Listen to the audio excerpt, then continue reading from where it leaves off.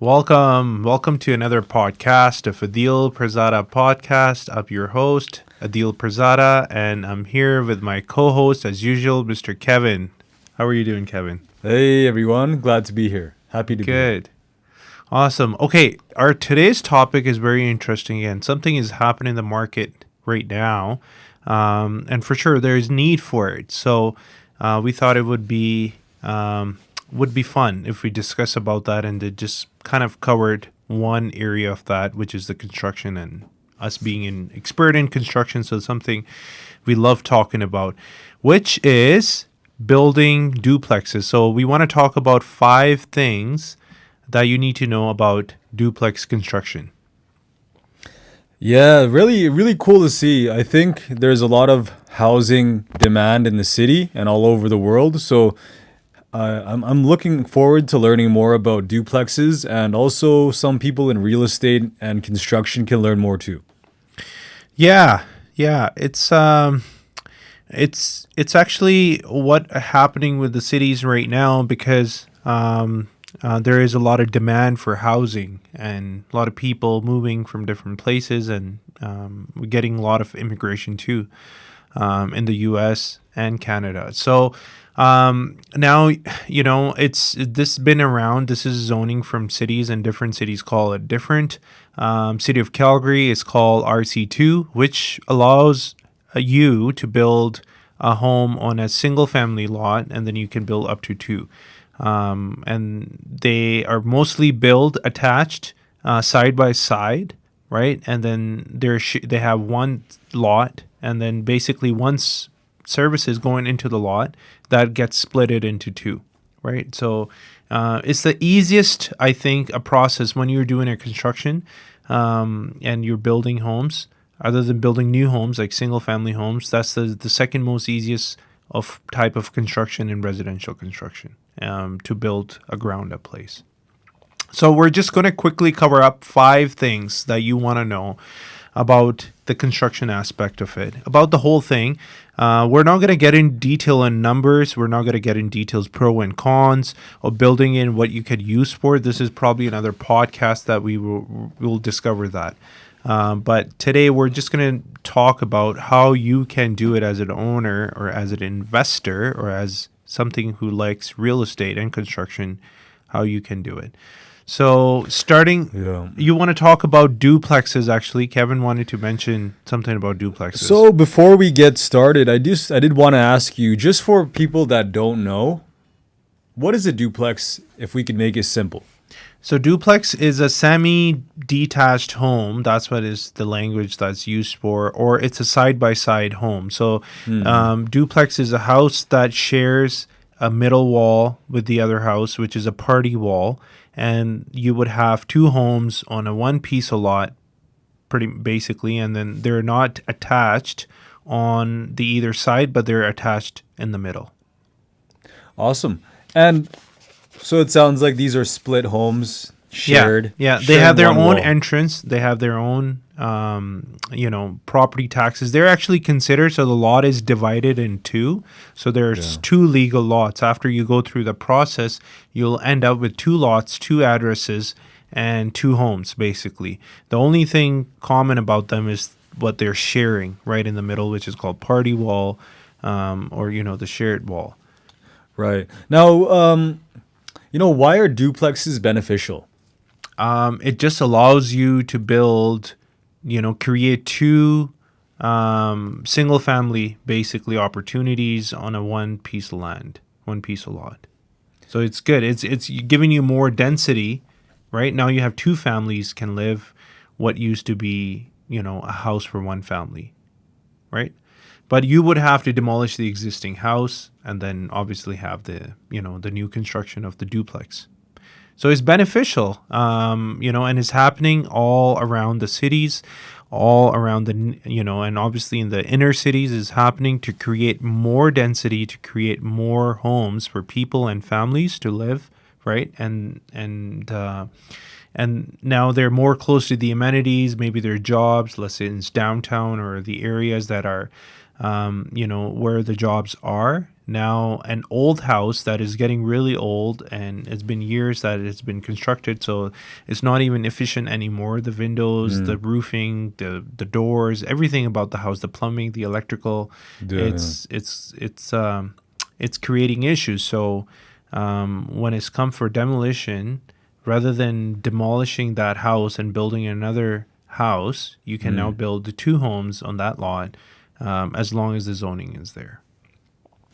Now, so there's a difference between single family, maybe you've heard that word, single family, or duplex, or triplex, or fourplex. Difference between a single family and a duplex would be the first word, single. Single is one. Duplex is two. So instead of one lot, one home on one lot, it'd be two homes. Triplex. Are there triplexes? Yeah. Okay. Yeah. So, Triplexes would be three. Fourplexes would be four. Fiveplexes would be five, and so on and so on. right. And they're all attached, right? As soon as you have, they're not attached on. So let's say there's three homes and then three homes. So this is a triplex and a triplex, basically, right? What I mean, three and three, like there's three that are attached and then there's some distance in between and then there's another three. So it's a triplex building, right? So those are two triplex buildings, basically. So would it let's say the middle guy in the triplex, they would share both walls. Yeah. On both ends. Yeah. And then and usually, and that's how they're priced too. So the one in the middle usually cheaper and the one on the right and the left.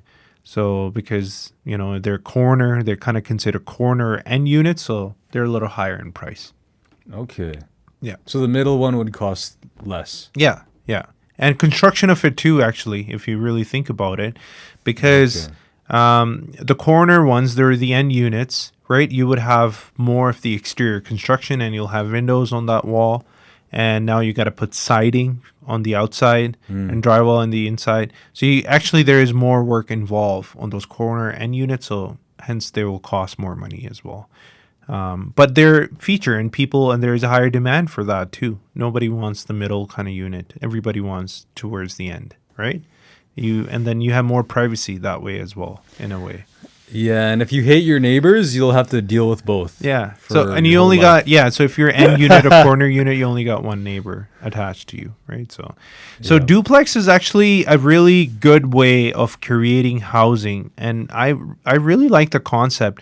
And I am actually really tied to the concept because I always talk about it when I was in school for construction.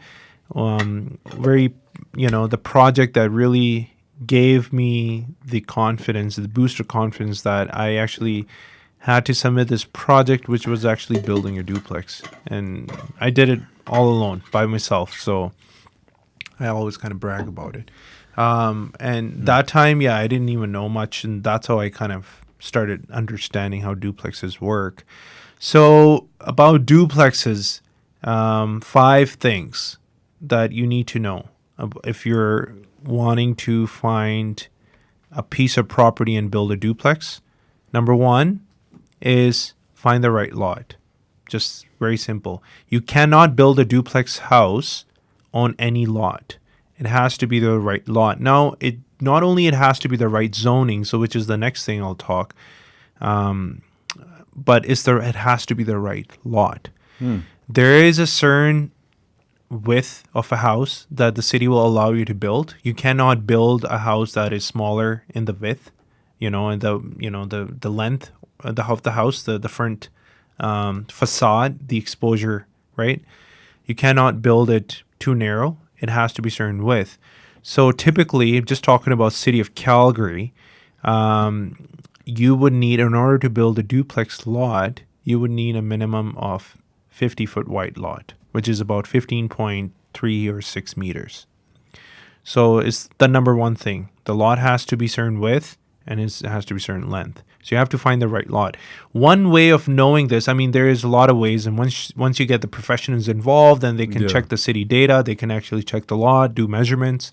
But one way of knowing this, if you drive down in a community and you see a lot of duplex build, and you find that odd house, the old house sitting there, you can pretty much say that, all those lots are good for duplex. There are some odd lots that are not going to be good, that are not going to be 50-foot wide, I think you can still build even a lot smaller than that. Like, don't quote me exactly on 50. You can still go a little bit smaller, but there is a certain width that you have to follow in every city. This is not just here. Every city would disclose, will have this bylaw information that a house facing the front street facade has to be certain width, because they want a certain exposure to the house, and it has to have a window and sunlight coming in, things like that.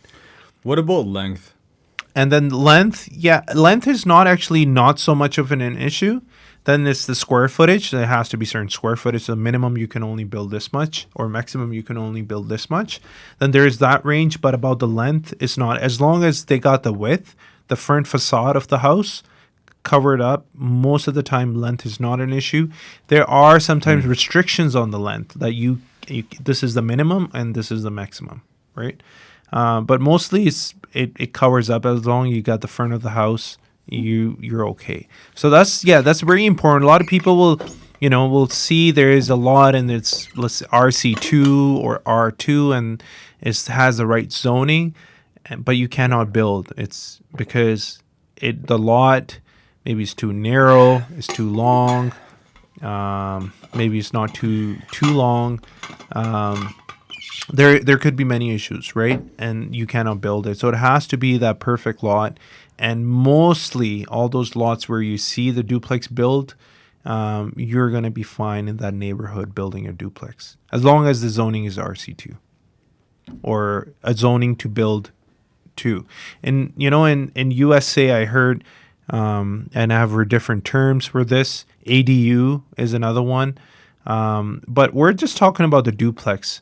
So not talking about the backyard suites or additional suites. Then you can also do that, and there is different zonings for that. We're talking about having a one single family home and pretty much converting into 2 homes, right? Then there's townhomes and there's stacked homes. So that is a different category. Right. Could you tell us a little bit more about services and how services different from a single family to a duplex? Yeah. So, and for the services, again, if you were to do in stack homes or row homes, or let's say there's triplex and fourplexes or eightplex, sixplex, more homes, backyard suite, stack home, then the services get very difficult as well. And there is a different way of doing that. With duplex is very easy. When you have a single family home, you have a one service basically. So one for each. So sanitary, sewer, and water, and obviously electrical and gas are usually your shallow services. So those are not the big of a concern, but those are the main 3 are concern, right? So water, sewer, and sanitary. So one is rainwater, one is your sewer water, and the other is, one is rainwater and your basically road water. One is your sanitary water, so the water from your toilets and your sinks.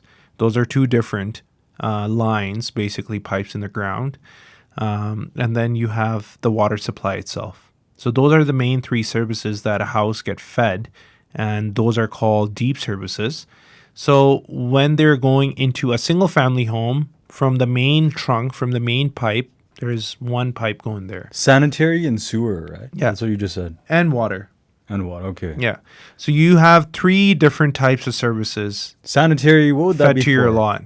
What would that be for? So sanitary is your kitchen sink, is your washroom sinks, is your tub, like is your toilet. Water? Tap water.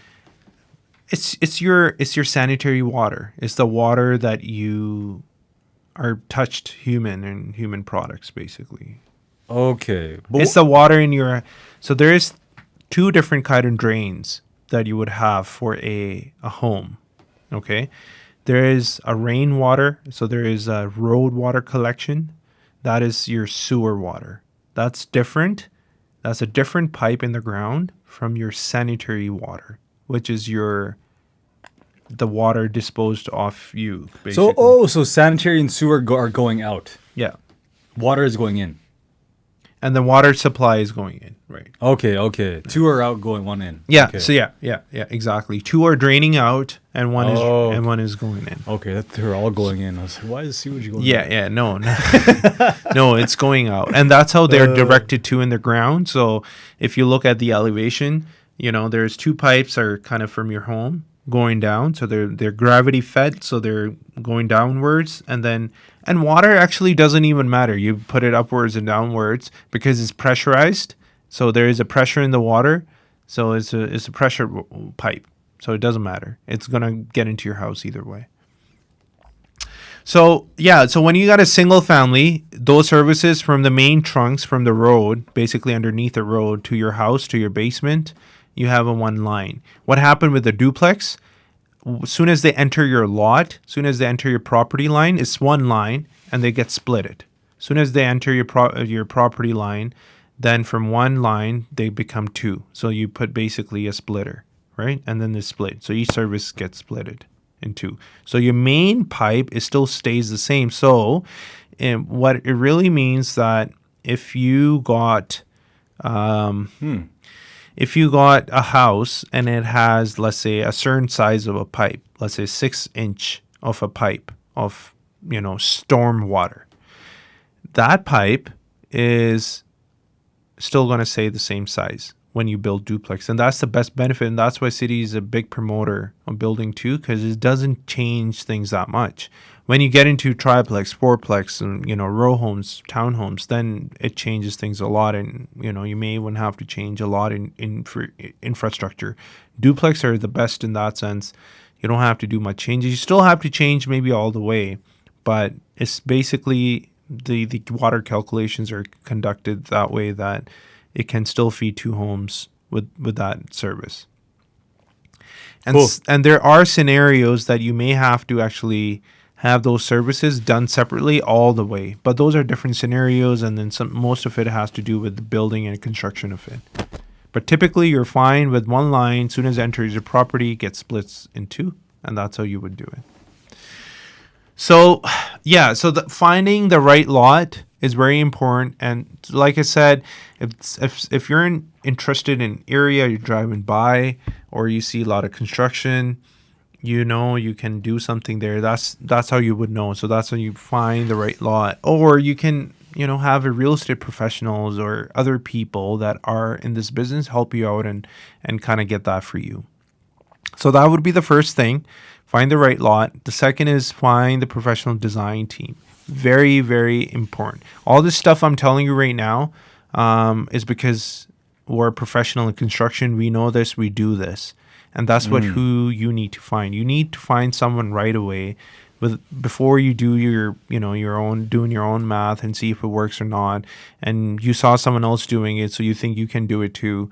And like I'm giving you an example, like if the neighborhood, you see a whole bunch of duplexes and you see one lot, you think it's going to be fine to build a duplex. Yes, that's fine. I'm just giving you that an example to get you moving, to get your research started. But it doesn't mean that lot is right. So if you're interested about an area, and let's say you have a real estate agent helping you out, right away you want to have a professional architect, design team, construction team on your side, right? Or design and build team who have done this, and they can help you. So as soon as you say, hey, I've found this lot, this is what I want to do. I've decided I want to build a duplex on a single family, or let's say you already own a duplex lot and then you say I want to build that, you want to call your design team right away. Find the right professional who've been doing this, who know what they're talking about, and you consult with them. See the lot works for you. If there is any difficulties that they see with it, maybe they can check with the city. They can have a pre-application with the city and then check on your behalf that if this is something city is going to support that. If it's going to work for you for that lot, what you're trying to do, things make sense in terms of construction as well, because that's what the purpose of the design team as well. If your lot is, it's located in a weird location, and then there is, a lot of slope, and then maybe there is not enough services out there, like you want to get those things cleared up, right? You can't be just, if you haven't done this before, it's not a good practice that you even start writing your offers without you consult someone like a professional. Yeah. Since I am a professional Canva designer, I would not be the best person to design a home as an architect. Right. So I would suggest, just like what Adeel was saying, you know, being an architect, get some architectural help would be best for you. Do you think do you need not structural any, as well? Do you need structural no, engineering? I no? wouldn't worry about it. That's down the road in the process, Okay. right? But you need to have someone do the initial analysis, like, the lot is the right size, is what is facing, what's in the road. They can maybe check out the services, how deep they are, if there is any issues in the past with that community, with that road. There's so many things to look at. Like, so you need someone professional, not only an like architect, someone has been doing it and has been dealt with and been doing it for time, right? They know. Okay. Because not only like you need to have a sound construction there. Okay. So those are the things you need to look at. Like, hey, how deep are my services in the ground? Is there any issues? Because there could be like hundreds and $1,000s in cost of doing tying with the city services if you end up in a bad spot. If your lot is located in a spot, and maybe it's worth it. Let's say your lot is right on the main road, like right on the main boulevard. It's going to be a lot of cost in hoarding that road, blocking that area. Let's say it's in downtown, right? Downtown got deep services everywhere, and it's a conglomerate. It's a city underneath, basically. And any older areas too, they're very questionable. So those are the things to look at. It may not restrict your approval, but it will cost you a lot of money when it times for construction. So something I would recommend that. And I know even a lot of architects are not qualified to give you that information because they are not builders. They're not contractors, so they don't know. They can just look at a design way and they can say, yeah, we can get a building permit approval from the city. We think the city will support this and all that stuff. But they don't know nothing about the construction aspect of it. So you want someone who's qualified, who's been doing this, who had that kind of exposure, so they can also fill you in beyond their duties, beyond their design, and then just also educate you and help you on the construction side of it. That if they foresee an issue in the future, or this is something conventional, pretty standard, that you can take care of. So yeah, that's number 2. Number 3, apply for the permit. So the next stage would be, so you found a lot, let's say, and you picked something. It was an old ugly home on a very nice street, and all around the new construction.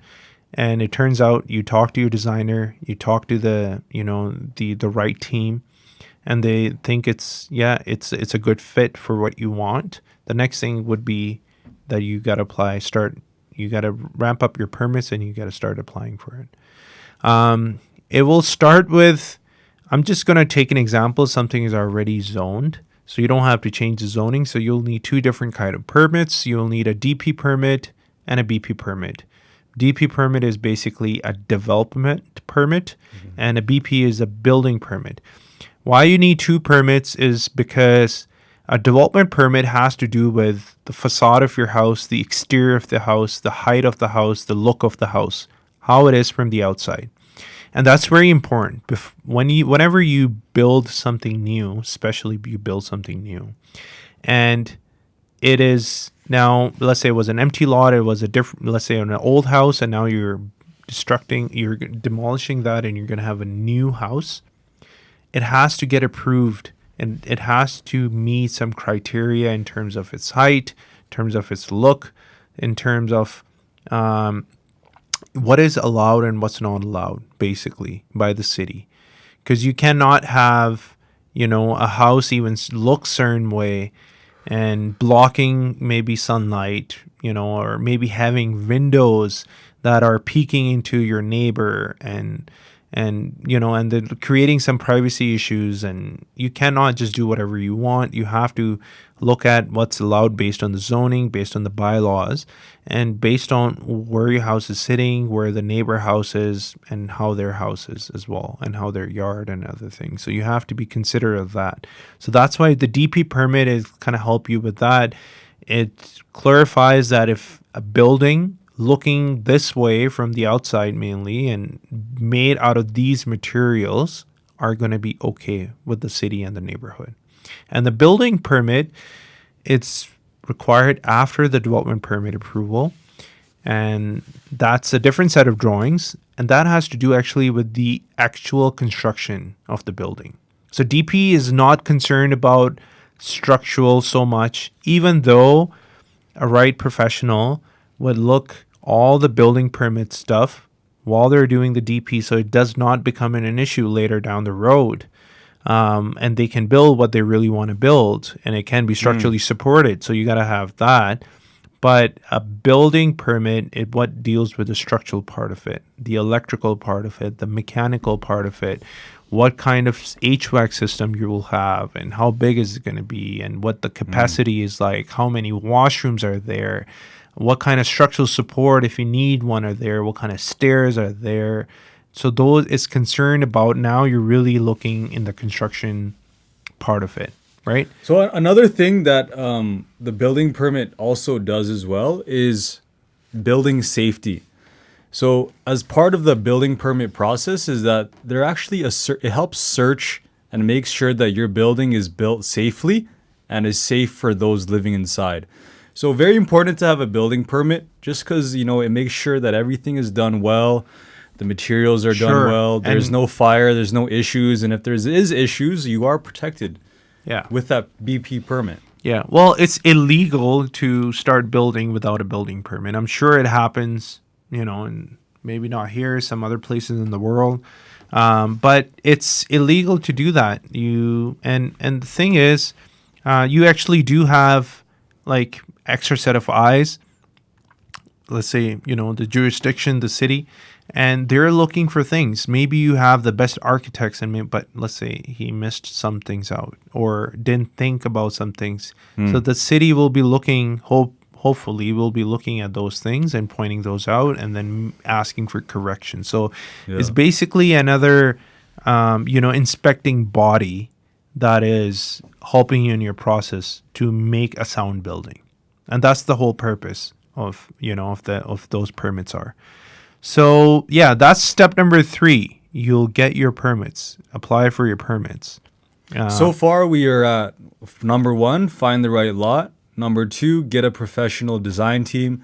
Number 3 is get city permits. And then number 4 is find the professional construction team. Now, you may want to do this. I mean, if you made your mind, you're going to do this. So you're going to need a construction team sooner or later anyway.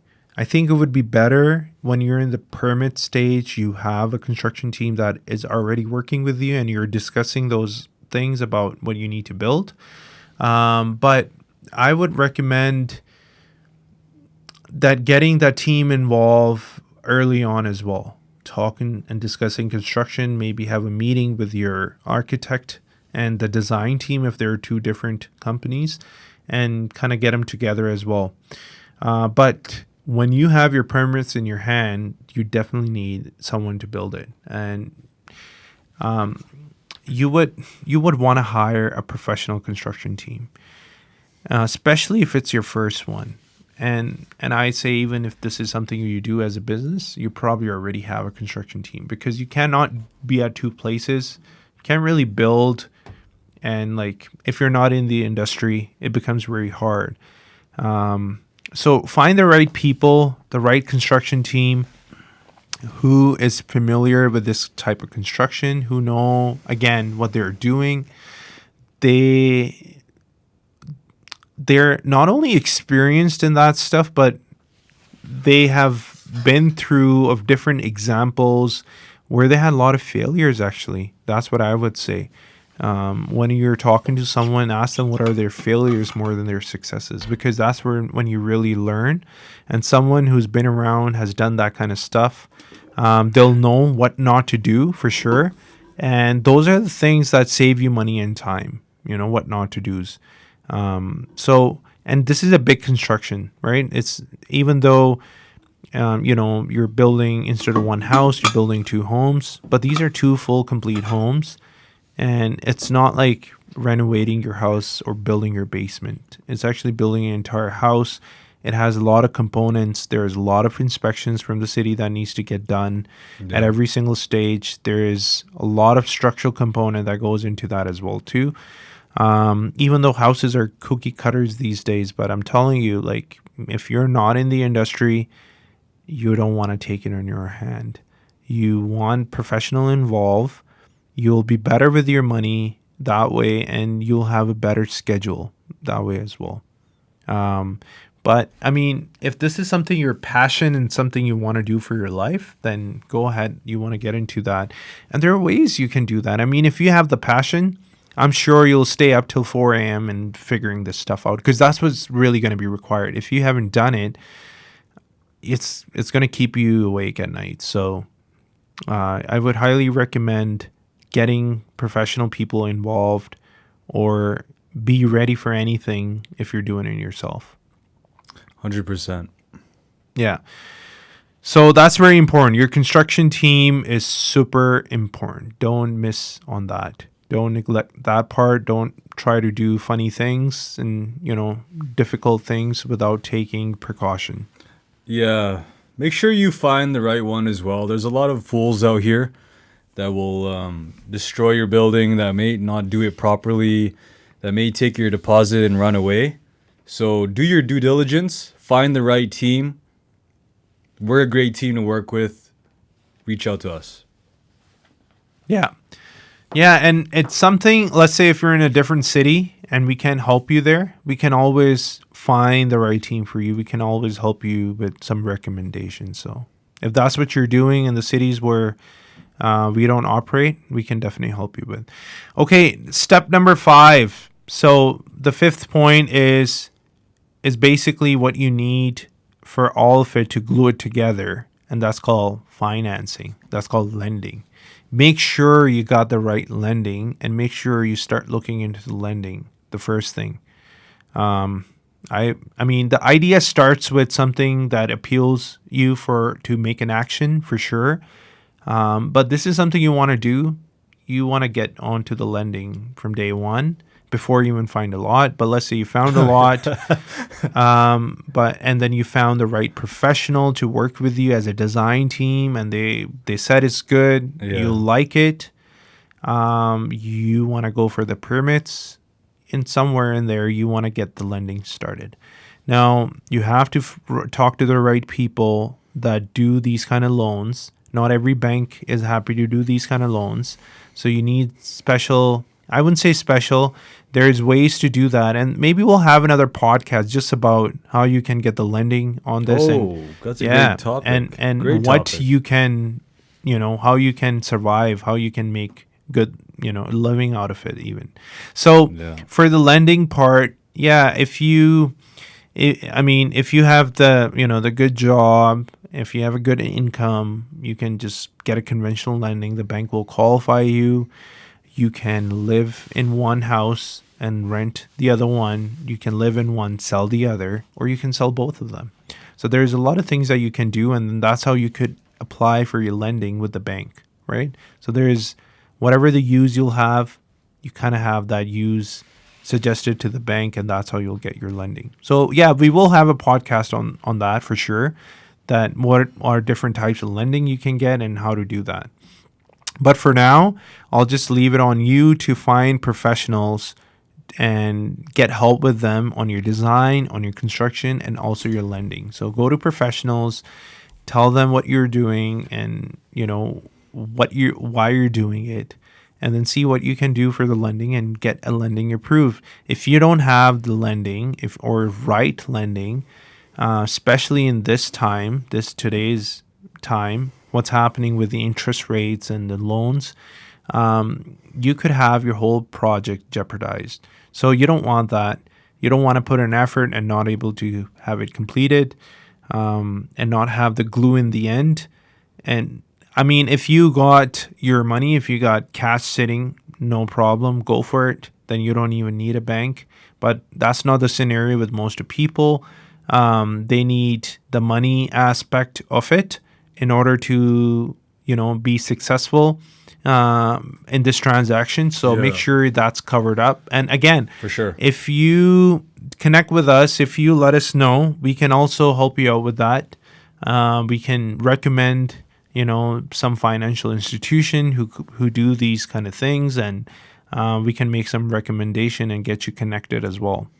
For sure. And one thing that, I've been learning a lot from Adeel and just studying a lot of real estate and from successful investors is there are so many ways for income and also ways to get money for your project, whether that's through a joint venture or a partnership or having investors to work with you on the project. So there's so many creative ways to put a deal together. Adeel would be a great person to discuss with that about.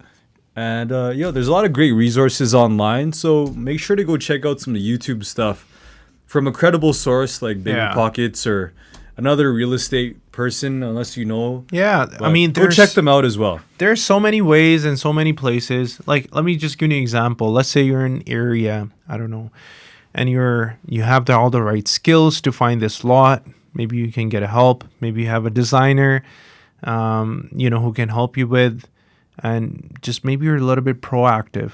You could actually approach the homeowner, and let's say that homeowner, I'm just giving you scenarios, it's paid off for him. And, you can just offer them like, hey, I'll come do this for you. Maybe I'll bring this much of my own money and I'll take this much of upfront risk. Yeah. But I think this is a great property and I know I got all the skills to make it happen. Why don't you become an investor with me or partner? I'll use your lot. Let me build on it. We'll go get a loan together. I don't know, however you make. There's so many ways, and we can go in detail, and there'll be just another podcast just for that, how to do that. But there's so many ways you can do this. Like Kevin said, if you don't have your money, you for sure you can find partnerships everywhere. Maybe you'll have someone like a homeowner will get the lot for you. You got all the skills, right? And you have another friend who got all the money but no time. So you can be that time person. Bring in your time and skills and glue them together. Bring the lot, bring the person with the money, and then make this happen. What about, what if someone was good in construction? Could they just add that as part of the deal? Like, okay, I'll do construction, and then I don't put no money down, or that's a big asset. I don't know if that's possible. Yeah, it is. Yeah. I mean, all is possible. That's a big asset to bring on the table as a construction. So for sure, all day long you can do that.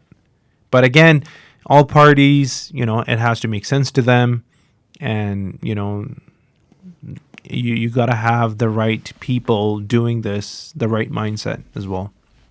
Yeah, so those are the 5 things that you need. I would say at the surface, just to get going. What do you do with it? Do you live in? Do you sell it? Do you live in half and sell the other half? It's maybe another podcast and another discussion to have. But on the surface, those 5 things you want to make sure that's what you take care of, and that's what you can find and build a team based on that. Right? Because if this is something you want to do for a long time, you want to build a team around that. For sure. As we wrap up, Adeel, do you have one last bonus tip that you want to leave for the professionals, the real professionals that are out here watching this? What kind of last advice do you have? I would say just be proactive when you're doing this. Just be ahead. Always do your math, your analysis ahead of, one step ahead, basically. Don't leave it for the end. Like I said, lending is very important, even though you don't need it till later. Make sure you're proactive and you're doing something about that from day one. Same thing with your construction team. You don't need that until you start construction. That could take about a year since you start the process. But make sure you start getting the right people from early on and get them involved if they're the right people to work with you. And same thing with design teams. So just be proactive. Just always be one step ahead in order to get reach max success. Amazing. Thank you everyone for tuning in. This is the Adeel Pirzada podcast. This is episode 28. Tune in as we improve our podcast. We're developing this every day. We just had a nice brainstorming session on how we can improve this, do better, come with greater value.